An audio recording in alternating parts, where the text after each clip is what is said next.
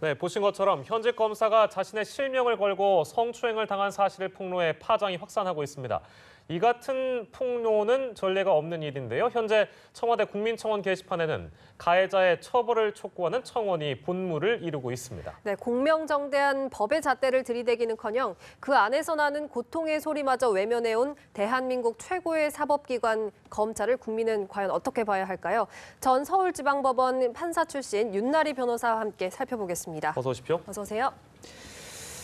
예, 많은 분들이 이 내용은 충격적으로 받아들이실 것 같아서 그리고 지금 이제 TV를 켜신 분들께서는 아마 이 내용을 못 접하신 분들도 계실 것 같아서 일단 내용을 좀 정리를 하고 가겠습니다. 일단은 이 사건의 전말이 어떻게 되는지 좀 정리를 부탁드릴게요. 어저께 JTBC 뉴스에 예. 뉴스룸에서 이게 방영되었습니다. 실제 2010년경에 술자리가 아니고 술자리도 아니었습니다. 예. 그게 더 충격적인데 상가집에서 장례식장에. 심지어 법무부 장관, 온갖 검찰 간부들이 있는 자리에서 성추행이 이루어졌다고 현직 15년 차 검사가 예. 실제 생방송에 나와서 이야기를 했습니다. 예. 사실 근데 그 현직 여검사는 그 이전에 그 검찰 내부 게시판에 자기가 당했던 억울한 사연과 그로 인한 인사 불이익과 예. 그거에 대한 자료를 미리 올린 상태였다고 합니다. 예. 네. 이제 뭐 법조계에 계시니까요. 그 여성 법조인으로서 이 내용을 보신 어떤 기분이랄까요? 그런 것도 좀 궁금하거든요. 개인적으로 어떤 기분이 드셨습니까? 법조계가 여자들이 많아졌다고 하더라도 예. 여전히 네. 굉장히 남성 중심적인 문화입니다. 예. 그리고 이런 일들이 암암리에 계속 발생하고 있는 것 같습니다. 네. 남성 중심적이고 네. 그런데 예. 암암리에 이렇게- 이런 일이 있다. 암암리 이런 게 발생하고 있다고 전에 들었는데요. 예. 그런데 이런 일을 이렇게 공개적으로 거기다가 대한민국 검사고 15년 동안 쌓아온 엄청난 경력이지 않습니까? 예. 정말 그 여자 검사로서 15년을 버텼다는 건 예. 엄청난 일이거든요. 네.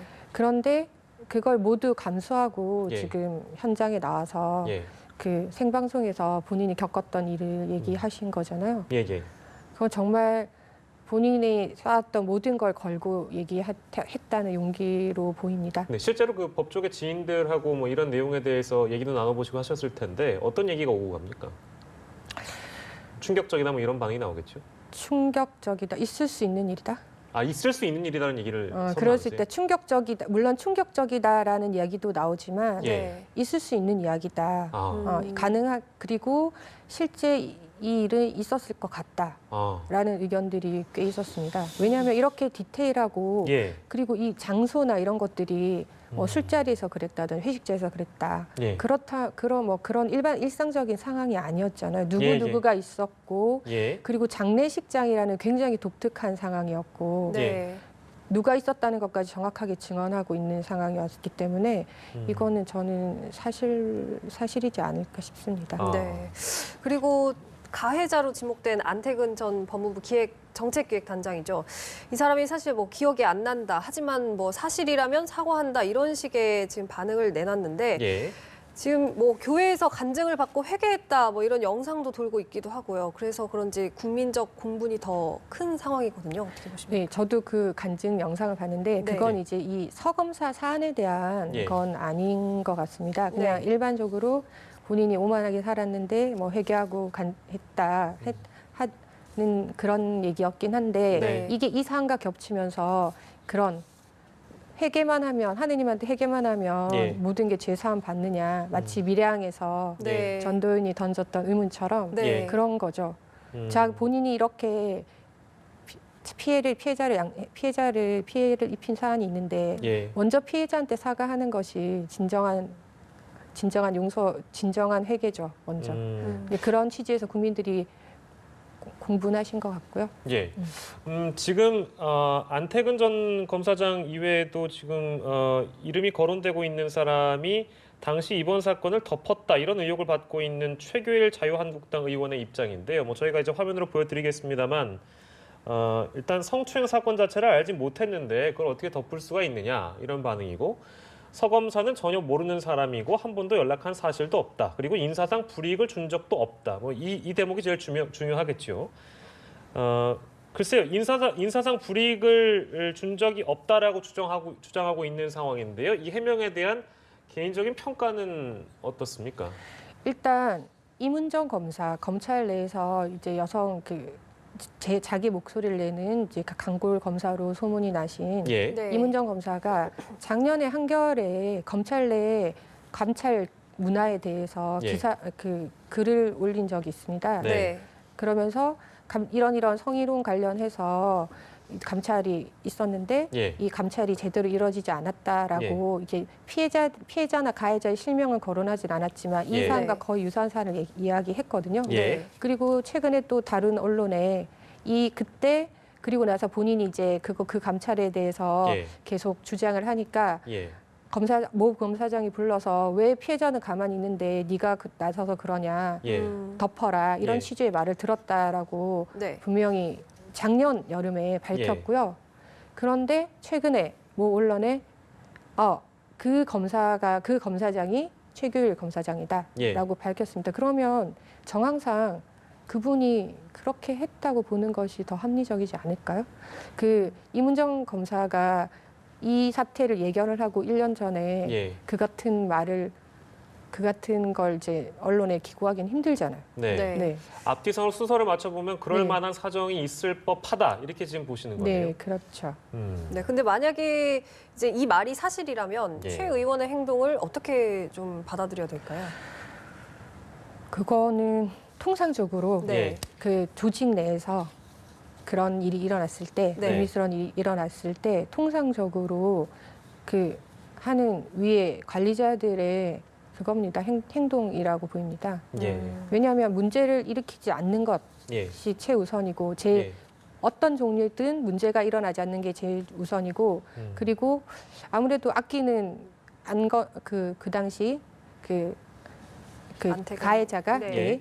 더 아끼는 인물이었겠죠. 네. 더 잘 나가는 검사였고 예. 이 말단 여검사고 예. 개인적으로 보호하고 싶은 마음도 있었을 것이고 네. 알겠습니다. 네. 뭐 통상적으로 이제 검사들이 법무부로 파견을 많이 가니까요. 뭐 이제 당시 이 안태근 전 검사장은 법무부 정책기획단장이었고 최규일 자유한국당 의원은 당시 법무부 검찰국장이었습니다. 이 자리에 대해서 이해를 먼저 하고 가야 그런 어떤 인사상 불이익이랄까요? 그런 부분들을 저희가 이해하기 쉬울 것 같아서 정책기획단장 자리와 검찰국장 자리가 어떻게 검사의 인사에 미치는 영향이 큰 건지 그 부분을 좀 설명해 주시겠어요? 그거는 제가 잘 모르는 분야인데요. 네네네.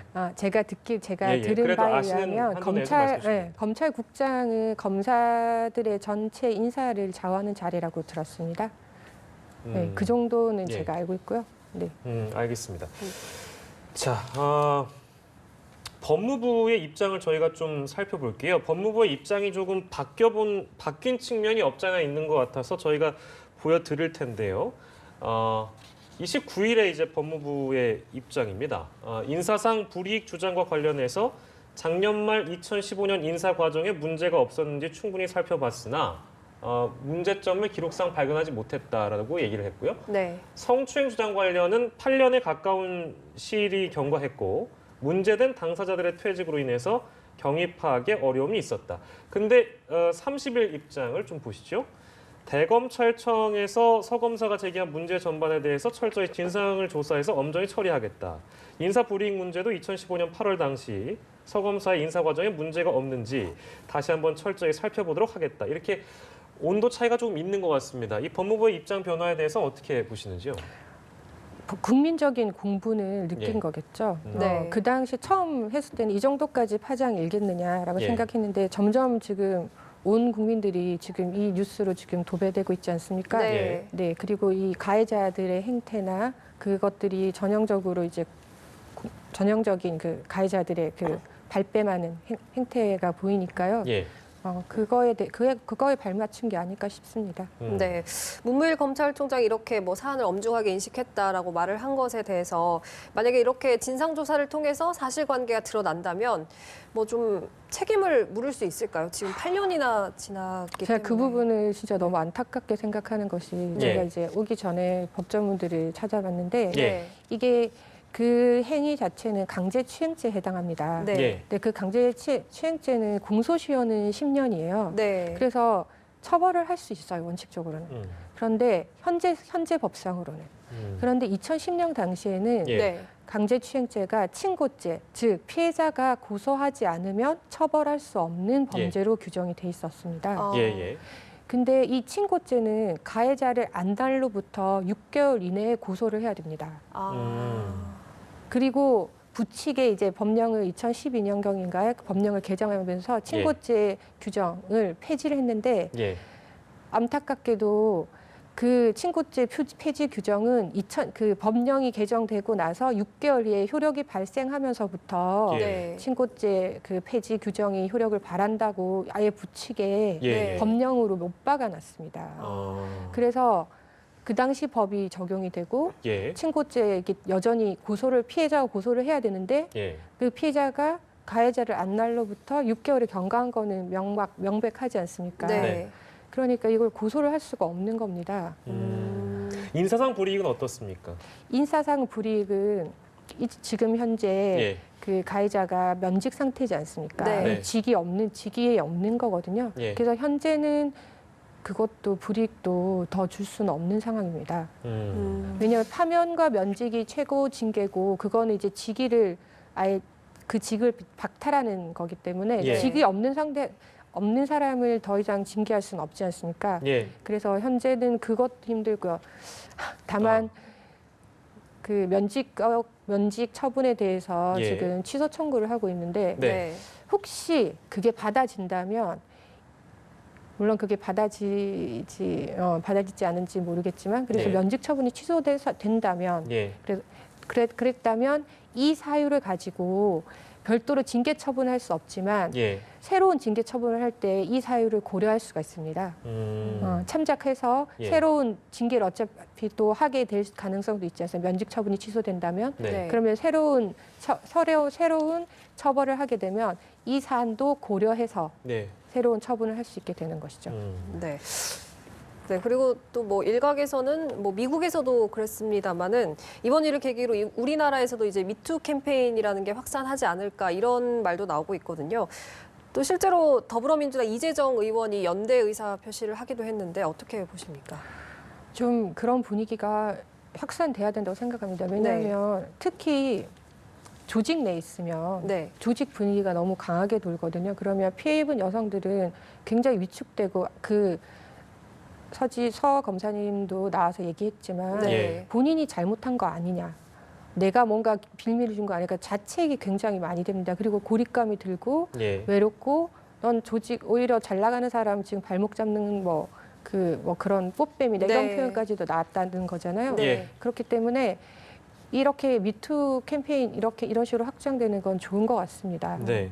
뭐 전 개인적으로 찬성하거나 동의하지 않습니다만 뭐 극히 이제 드문 뭐 주장이기도 한데요. 저도 실제로 오늘 출근하면서 뭐 지하철 타다가 들은 얘기긴 한데 모르겠습니다. 뭐 전 다시 거듭 말씀드리지만 이런 주장에 동의할 수는 없는데 어떤 분들 입장에서 보시기에는 물론 이 성비위 문제라는 걸 떠나서요.